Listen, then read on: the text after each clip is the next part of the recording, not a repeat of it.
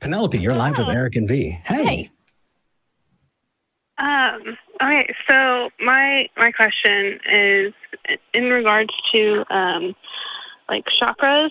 I don't have a whole lot of information on them, but my counselor has suggested using them as a way of help to deal with like other traumas. And my question, I don't necessarily believe in them, but my question is like, at what point does usefulness outweigh truthfulness in regards to things that maybe they aren't true, but they're useful? So you treating them as if they are true, knowing that they aren't true, like at what point is that a problem, or is that a problem? Right. That's a really good question. And my first thought is, the first thing I want to determine is if your counselor thinks that they're true or just useful.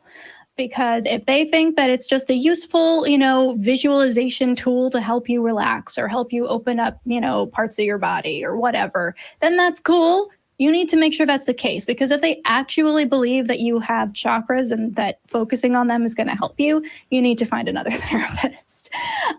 But to talk about your larger question, I'm put in mind of the body scans that I do sometimes. So what I'll do every once in a while, and this is a mindfulness technique to relax, to kind of zone out and fall asleep if you want to.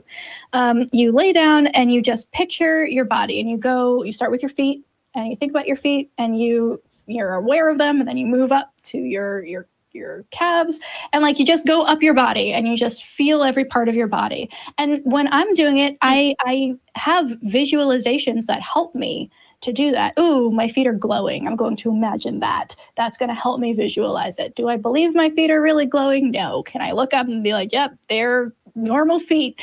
So I'm going to regret talking about my feet this much on the internet. I know this. Yeah, it's going to come back and haunt you. But point is, if you're using it for a visualization technique, if it helps to imagine points of light in your body to focus on for whatever meditative purposes you've got, cool. Go ahead, do that. That's not a problem.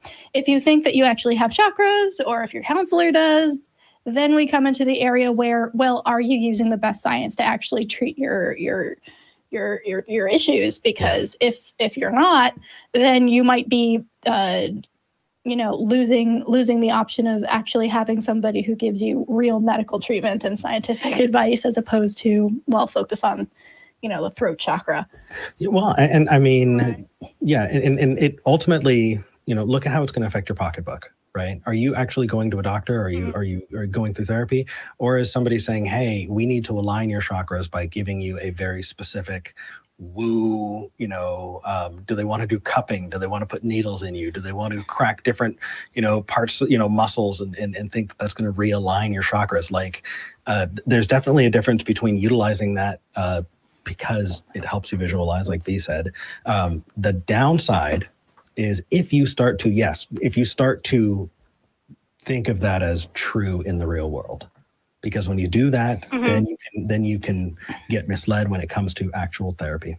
Yeah, and a lot of what Vi said. A lot of those people charge a whole lot more money too. Yeah. So it's if you're going to be putting money into this and time into this and research into this, think about whether or not that might be better spent pursuing a proven course of treatment. Okay. Yeah. That makes a lot of sense.